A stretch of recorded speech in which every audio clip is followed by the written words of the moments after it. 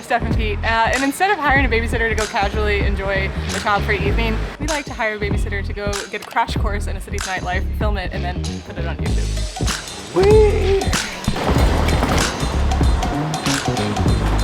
Tonight we're in Istanbul, and I know some of you might be thinking that I've come here for a hair transplant, but I'm not.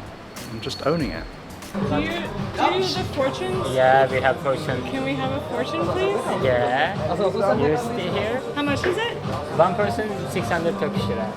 Shocker, our first stop of the evening is not alcohol. Actually, only like 12 to 14%, I think, of people in Turkey consume alcohol, but that obviously doesn't mean that there's not nightlife. We're gonna have a coffee, and we're at this place called Istanbul Cafe, where you actually get your fortune told based on like the grounds in the cup, which I think is an ancient ritual in Turkey. I'm not totally sure, but it had to be done. And we're only getting one fortune because it does cost 600 lira, which at the time right now is like $18, $19. So it's a bit of a splurge, but I'm really excited. Wait, who's getting it? Oh, it's me. I'm getting the fortune. We're married, so surely like it'll apply to you too. Wait, in Mercury and retrograde? Philip. Yes. That's it? You drop it? So you finish the coffee, you put a saucer on the top, and you flip it over, and now I think he's gonna go get the fortune teller to study the grounds. Turkish coffee, if you don't know, I also don't know, but it's like, it's thick. The grounds are like in there, so you drink it, and at the bottom there's a lot of grounds left. I like to pretend that I love horoscopes and stuff. I'm an Aquarius. I'm like a textbook Aquarius, actually, and Pete, I think, is pretty Pisces. Pete likes to make fun of me because I don't actually know anything about astrology. But yeah, I am excited. Very excited. Ooh. I'm gonna do my own. Ah. Do you mind? Yes, please. Is this okay? No. Okay. No problem. Just photo. Just photo. Got it. Tamam. I've got a lot to catch you up on. I'll try to be brief because I think, like dreams, nobody cares about your fortunes. I will say I read that it was a matriarchal thing that originated. Some sultan's harem wasn't allowed in public coffee shops, but they were allowed fortune tellers to come in and read their grounds. That was a dude, very nice dude. And then there was very little to do with the coffee. It was like a tarot reading, which I've only had one of. The very first question was, are you connected to anybody in the royal family? So is there something you should let me know? And then he explained, oh, first of all, it was all by Google Translate, which understandable, we're in Turkey, but so even, a lot of it did not make sense. And then, I really don't know. I was like trying to ask him questions. I was like, you know what, where should we live in a year? Where should we send our son to kindergarten? And then I drew a bunch of cards that were notaries. That's the definition, the translation means nothing to me. And then he ended it by typing out this big thing. I think he wanted to know, like, he thought I was concerned about Hayes' education. It was more like, what should we do with our lives? And he was like, he has a lot of energy in his 20s and he's gonna get a big promotion. Good luck, he's a great kid. So I paid somebody $20 to tell me that Hayes is a great kid. I already knew that.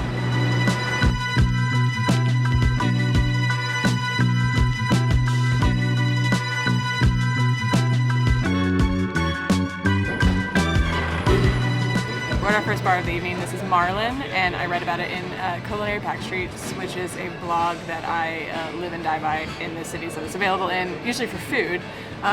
Pete and I love dive bars, but some cities I don't think are dive bar cities, so we're gonna go to a couple like fancier cocktail bars tonight. We also wanted to go to a nargila stop, but that seems like somewhere you settle in for the evening, and we try to see a variety of places. So I wouldn't necessarily call this particularly divey. It opened in 2019, and it's a great stop for a beer, particularly because there's this outside area where you can look on towards Istanbul. That's the main street up towards Taksim. Definitely has good vibes, but not divey. Would recommend it. And I know this is only stop 2, but I will leave a Google map or something of everywhere we visited below, and they're all within walking distance tonight, which is unusual for us, so you could actually use this as an itinerary if you wanted to. I'm drinking a Carlsberg and Pete's drinking a Tuborg, and if you've watched our videos, you're sick of me talking about Carlsberg and Tuborg. They're highly exported beers, both from Denmark, and when we lived in Shanghai it was one, and we lived in Mumbai it was the other, and I just honestly kind of sick of it. I don't understand. This is the second place we've been on this trip where there's been beer but not Efes, which is the Turkish beer. So if somebody can explain that to me, let me know. I don't particularly like Efes either though. Oh gosh. Anything you like? American IPA.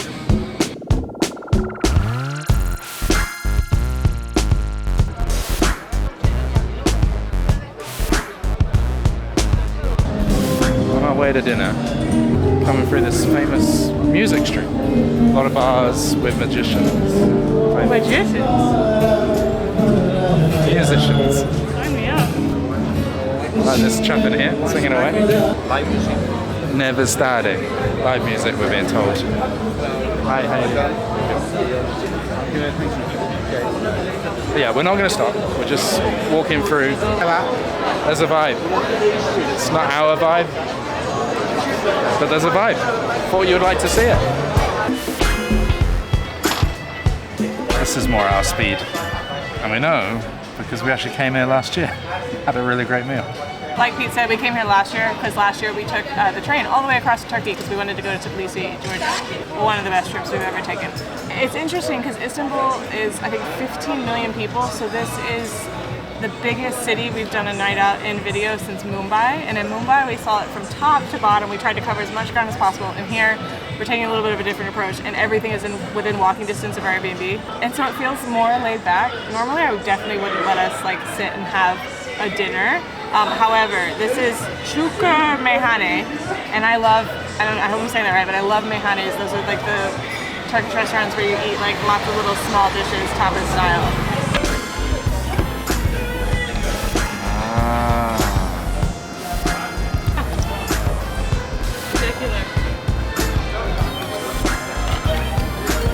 Now I know I said earlier that only like 15% of Turks drink alcohol. It's actually the lowest per capita consumption of alcohol in Europe at 1.5 liters per person per year, which Pete and I have probably consumed in one evening. For those who do drink though, the national drink is raki, which is this like aniseed flavored alcohol. I don't know. To be honest, I don't love it, but this is a night out in Istanbul, so of course we're gonna drink the national drink of Istanbul.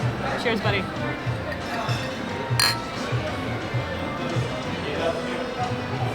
Whenever I drink this, or like ouzo, I guess, we have this family friend named John who has this funny story of like raiding his parents' liquor cabinet, and he would like drink alcohol and then fill it up with water, like clear spirits.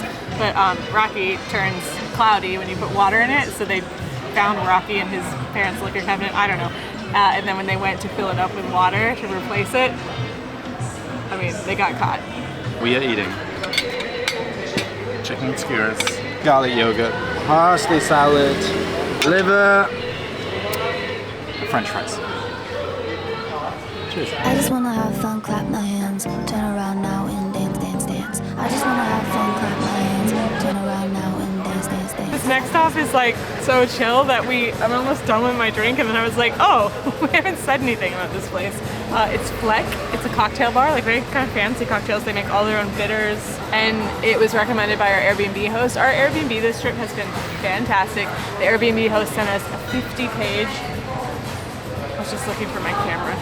Pete's holding it. He sent us a 50-page PDF with restaurants, essentials, bars, kebabs, like you name it, 50 pages. This was on it, and he said it was very like local and neighborhoody, and that usually people spill out onto the streets. It's a Thursday, so there's less people on the streets, but we have been sitting on the street and watching Istanbul go by and forgetting that we're making a YouTube video. And if this isn't your vibe, not that you can tell by whatever 3 clips I put in here, there's also a wine bar called Solera Wine Bar just up the street that I read about, and we walked by and it looked very busy and cool as well.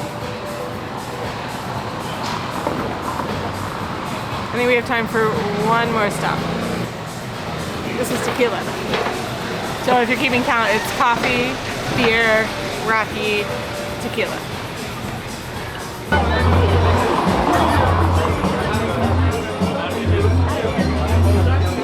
Just down the street now, and it's a couple of there was a hostel that we passed that looked pretty cool. Now there's this bar that was great, tavern.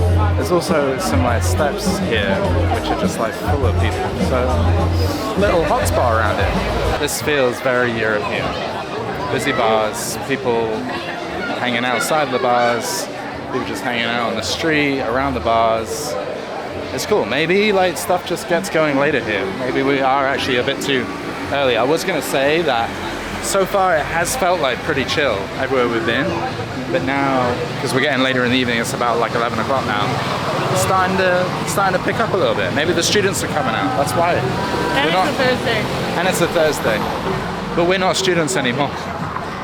We're nearly 40. Just one look in your eyes, you got me feeling it. Last stop of the evening, Geek. I read about this, but then it was also in the Airbnb host guide, so double recommended.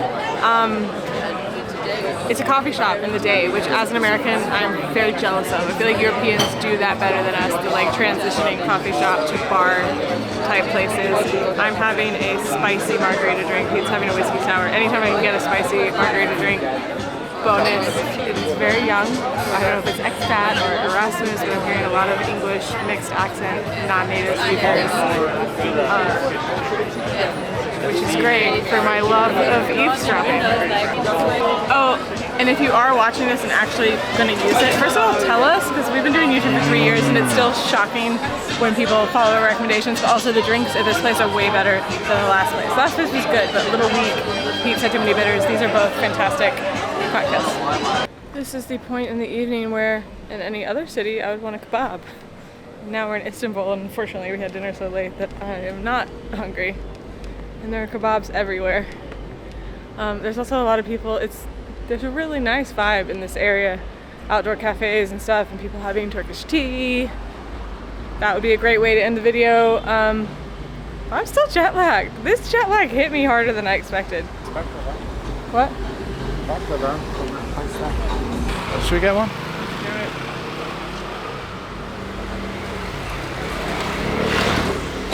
I mean, it was another repeat. We actually had it the other night. Don't tell our secrets. It was really good, so.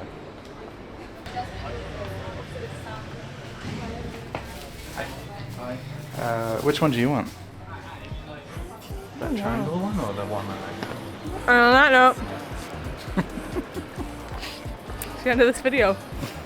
We have another video in Turkey. We're going to Buyukada. We also have some videos last year when we took the Doğu Express all the way across Turkey. This is so good. Can I try it?